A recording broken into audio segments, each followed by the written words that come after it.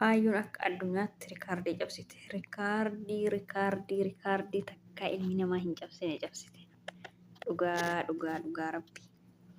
Eenyu isaattu heerumee cidha godhatee yookaan haaromsa godhatee cidha ofirraa galchee abbaa manaa ofii wajjin manatti galee beelloo baafatee uffata silaa cidhaan ittiin oolte san baafatee nama kamtu badee dhageenne takkaa waan addunyaa irratti hin argine takkaa waan dhageenye hin beekne waan argine hin beekne ayyuu irratti argine piraankiif jecha abbaa manaa ishee dhiistee guyyaa cidha iseetiin guyyaa silaa gammachuu waa hedduu argituun akkasitti baqachuunis hedduu nama ajaa'iba dhugaa rabbii dhugaa. Demmoo guyyaa lama bultee dhuftee piraankiidhaaf si gatee deeme. Wanni akkas jedhamu ni jira garuu piraankiidhaaf akkamitti nama gatanii deeman. Piraankiidhaaf jecha abbaa manaa kan ka'e kan maraattee fi isaaf jecha qoricha dhuyidee waa meeqa taatee arrabsamtee waawee hedduu keessa dabartee isaa abbaa ilmaanillee ilmaan isaa irraa hambistee sababa kan ka'eetiif cidha guddaa san godhee ati immoo har'a dhuftee gabaabumatti cidha godhattee geessitee manatti hin galtee uffata baafattee piraankiidhaaf jecha baduun kee kun ni taha yaa aayyoo ni taha dhugaa hedduu nama. Hordoftoota fi kabajamtoota keenya salaama alaikum kennee assalaamu alaikum warahmatullahi wabarakaatu. Hordoftoota fi kabajamtoota daawwattoota hordoftoota ummaa hundi keessan ashamaa harka fuuni warra amantaa biraa hordoftanis waanuma aayyuu kanatti iyyuu keessan nu taree salaama alaikum jettee maaliif isiniin jecha mee namni akka kan koo isin ajaa'ibe kan koo isin dinqisiise waa'een aayyuu kuni yaada keessan komentii jalatti barreessuu hin digatinaa. Mushurraa eenyuttu mushurrittiin mushurraan intalli mushurraan aroosni guddaan sun godhamee fi ciini guddaan sun sargiin guddaan sun godhamee fi manatti galee intala kamtu bade takka hin agarre takkas hin dhagge waanuma takka malee ol ka'anii deemanii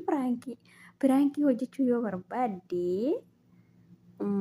kabatima keessa seentee dhufatte yeroo inni shintibeetii fa'a seenu yoo mana fincaanii fa'a inni seenu kabatiifaa keessatti dhokattee yaanii uffata yaanii hin jiran yookaan algaafaa jala seentee akkasitti piraankii godhama malee guyyaa lama muluu badhee bulamee piraankii godhamaa mi'amma dhugaa guyyaa lama jetti guyyaa lama guutuu isa lobsosiisaa ooltee akkasitti soqaa ture yaassuu birraa laal yaassuu birraa kan ta'eessa gaara gubbaa deemee akkasitti lallabaa ture akka namatti argeetti aayyuu argitanii jedhee akka nama horii soquutitti jechuudha.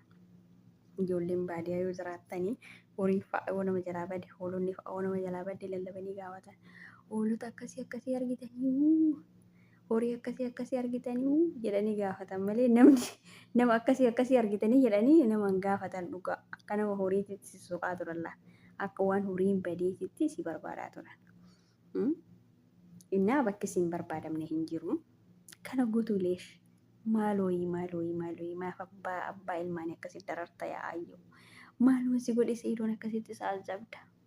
ilmaan isaatirraa isa teessistee maal akka ta'uu fi guyyaa cidha keetiitiin piraankiif jecha akkasitti baduun kan kee maaloodha. Ofuma fuuldurattuun ishee akkasiif taati dhugaa si eeggamuu qabda sirritti wardiyaan cimaan siif godhamuu qabaa yookaan boodigaardiin cimaan siif godhamuu qabdanii baddaati yeroo hunda gaduma baateetumaan akkuma bashurree gurraattiitti cimu xiffitti jettu bakka bashurreen gurraattiin gaduma baatee baddi akkuma bashurree gurraattiitti gabbaatee baduu keeti bakka yeroo hundaayyuu yoo si'iduun xiqquma waasitti dubbateellee abbaan manaatii faati manaa wal dhabuun isaanii hin oolanii gaafa inni sitti dubbatee siiloolallee xiqquma siiloolallee ol kaatee baduu ol kaatee qoricha dhuguu aara waan akkasii keessaa ba'i. Waan akkasii kana qabaanna bultii keessa jiraachuu hin dandeettu. Yeroo baay'ee bultii keessa taa'uu hin dandeettu. Umrii dheeressuu hin dandeettu bultii kan ka'e jechuudha. Yeroo hunda kaanii badda waan ta'eef piraankiidhaaf jecha guyyaa lama gadi ba'ee namni guyyaa aruusa isaatiin ittuu yaadu nuyyuu dhugaa rabbi. Ooma kanaayyuu sammuu kee keessa dhufuun akkamitti sitti dhufa? Akkamitti si barbaachise? wanti yaadan waan baay'een osoo jiru guyyaa cidha isiitiin isiin lakka ol kaatee badu piraanki dalagu hundaafuu sitti alaafisuusin yeroo takka cimtuma turtee garuu akkasitti baduu kee kanatu nama aarsa. Ciminni kan kee Sa'idoo jalatti galtee harkatti deeffattee bakka hin gahachuun kan kee ciminna kan keeti kun ciminna kee mul'isa. Garuu mootiyyuu akkasi piraankiidhaaf jettee guyyaa 2 gootu abbaa manaa kan kee algarra dhiistee baduun eebiidha akka kootti jechuudha akkaan ilaalutti ilaalcha kootti. Innaa isin hoo maal jettan mee sheer godhaatii viidiyoo kana Aayyuu biraan naaf gayaa. Billaaleikum sheer godha biraan naaf gayaa Aayyuu biraan. Nageessa wabii nuti beeyta nagay. Ana ዝም በል በቃ እኔ wabii እኔ ስማኛ ምንም የማያውቀው ልጅ ነው ይዘን ጠፋኝ ነው አና ወር በቃ ተው እሱ ያመጣው ጣጣ ነው ሲያንሰው እንኳን ይበለው እሱ ይበለው ሳይዶ አዩ ሰው አንድ ቀን በእሺ ማታ ነምኒ ጉያ ተከበደ ካልከንሰን በደገ ነው አንዱ ይበል ነው ደደ ፍራንክ ነው አንጀል አቲ ጉያ ለምጉቱ አኑ ፊፊ ሚት ዋን ፌተ ነሪፈቺሰን ፍራንክ ወራደ ነረደለ ገለም አቲ በደገ ያን ፖሊስ አበገል መሴ ማቲ ከን ከሰኒ በርባደ ጋፈት ኢሳኒስ ቤሩ ጮንቱ ዋታ ከታተ ሲጋፈና አንጀል ሲቲ ዲስነፍ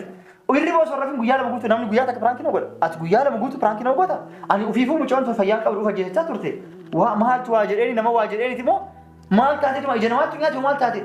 ወፈጀስቴ ሞ እንዱቴ ሞ ቡሉ ጅርቴ ያዲ ያኒ ሲማፍ መለን ወይ ፊፊያን አክፈት ሆነ ጎታ ነው አክፈት ሆነ ፈጀስተ ማርኮ ዳ በቃ አመናገል ለራሴ ማረለም ላንቺ ብዬ ነው ያኒ ሳመናገል ሳይዶ ማር ሲገራ ወሲገራ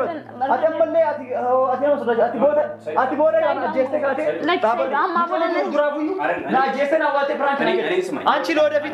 ለወደፊትም ገለሽ ቀብረሽን ፍራንክ ነው ሰጥኛ ቀሪ ሳይዶ አንተም እኮ ቀብረኝ ነበር ያን ሰዓት ላይ በዛን ሰዓት እኮ ተቀብረ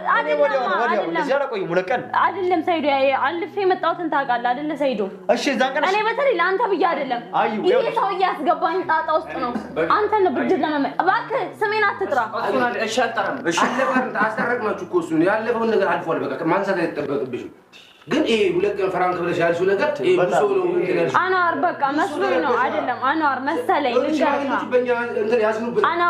አናር ስማኛ እኛ ያደረግነው ነገር ነው የሚመስለው በዚህ ላይ ደግሞ እሱ ነው እኛ ያደረግነው ፍራንክ ለመበቀል ነው አይ ሁለት ቀን በሙሉ ጠፋሽ መሰለኝ እኮ ነው ፈካቴ ይፈመና ጎዴ አንቺ ታስፈረልሽ እናት ያው እኔ ሌላው ስኳር ቢኖርብኝ የሆነ ደም ብዛት ደም ምናምን ቢኖርብኝ ተደፍቼ አስቢ ወሰረኮ ወይ ከማለ ነው አኩዴ አዩ ስምሽን ስለጠራው ቀርታ ያው ሳይዶ እኔ ከዚህ በኋላ ማለት ነው ጠፋች ራሷን አጠፋች ምን አለች ምናምን እኔ ሁላችሁ እንዳደውልብኝ ከዚህ በኋላ ማለት ሲጀመር በቃ ካሜራ ነው ሲጀመር ማን ይደውልልኝ አንቺ እኔን ነገር ትሰሪ ለማን ነገርሽ ለማን ተናገርሽ ይችላል ሁለት ቀን በሙሉ ጠፋሽ በቃ ጓደኞቼ የሚያውቃሉ ቤተሰብም ያውቃል ምን ይባላል ነው ለቤተሰብ ያው ለሰርግ ተረድጎ ሙሽሮ ጠፋች ሲባል በቃ ቤተሰቡን ደግሞ ለነሱ ከነገራችሁ ደግሞ በዛው ጠፋች አቁማን ዋሴ በቃ ገመና ውስጥ ቦደ በደ አሳንኪ የንቶሉም ያኔ ወንዱ በደም በሬዱም ይንተልኩኒ ዱፍተኒስ ጅር ቤክ ኦሶ ጉያ በጨዳሳ ላይ ገና ከሲ ኮ የገኛን ይደለገ ቦደ ሶ በደ ማሩታ በቃ ገብርቴ በግሞተ በደ ዳጋ ከናው ሰይዶ ልክ ነህ እኮ በቃ ይሁን እንኳን አንተን ይቅርታ ለመጠየቅ ነው እዚህ ድረስ የመጣሁት ይኸው ቡና ብቻ ምን አድርጌ ሰይዶ አዩ እኔ ላንቺ እኮ ነው እኔ ምን ታረግ በና በቃ ለእቺን ብቻ ለፈኝ በና ይቅር በለኝ በቃ ከሁን በኋላ አይለመደኝ ሰይዶ እናትዬ አንቺ ፖሊስ ከትሌን በቃ ለአንድ ሰው ከተናገራችሁ ጠፋለሁ በዛው ጠፍቼ ነው የምቀረው ብያቸው እንደዚህ ይደረጋል ዝም አሉት እነሱ ራሳቸው ለሚቅርታ በቃ በና ሁለተኛ አይለመደኝም የምሬን ነው መልሰይዶ በቃ መሰለኝ ሰው ነኝ ሰው ይሳሳታል መሰለኝ አረኩኝ ግን አሁን ስነግረኝ ነው ሁሉ ነገር የገባኝ በቃ ይቅርታ አድርግልኝ ሰይዶ አረ ምን አይነት ጉድ ውስጥ ይገባል እኔ እኮ እንዴት እንደምናገር አንዴ ራስ ለማጥፋት አንዴ ራስ ልታጠፋ አንዴ ራስ አጥፋ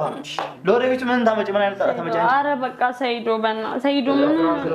በቃ ደፈ መጎራቢ ጋፍ ተቆልቡ ይበለሱ ዲያንት ጋፍ ተቆፊ በዲያች ነፍቲ ሰይዶ አማቦር አርጉላት እናንተ ሰይዶ አማቦር አርጉት በቃ ያለፈው አሁንም እንዳለፈው ምንም ማለት ሰይዶ ሰይዶ እባክህ ሰይዶ አዩ የገልተ ሰይዶ በና ይቅርታ ታጠፉና በለስተን ይቅርታ በቃ ይቅርታ አልኩ አንዴ ሰይዶ እባክህ ይቅርታ በቃ ሰይዶ በና ይቅር በለኝ በቃ ይቅር ብዬሻለሁ በለኝ ይቅርታ አልኩ አንዴ ይፋ መስንጀር የሚማሉ በቃ ዲፋ መስፍ ኮዴና እንጀዲ ዲፋ መስንጀር የሚ ሰይዶ እባክህ አጃው ዲፋ መና ጎዲ በቃ ሰይዶ natti fakkaatiin akkas godhe bakka dhiifama naa goyi Saido. Qirtayoo Saido. እኔ ሰው ልጅ ነኝ በባዶ ሜዳ እኔ በማላውቀው ጉዳይ እኔ ሰይዶ ፖሊሶች ስለዚህ ይከታተሉኝ ነበር ሰፈር ድረስ መጥተው ሙና ጎባቴ ሲንገጥሽ አየሽ ጎዴ በቃ አድርጌልሻለሁ ካሁን በኋላ እንደዚህ አይነት ነገር እንዳይደገም የምርን ነው ከልብ ነው አዎ በቃሽ እንደዚህ አይነት ነገር እንዳይደገምሽ እሺ ሰይዶ በጣም አመሰግናለሁ አዩ ሰይድ ብቻ ምቲ አናዋርስ ወቢን ለስትርፈተ ጀራ ጀራ ለዲ ፈመጋፈዱ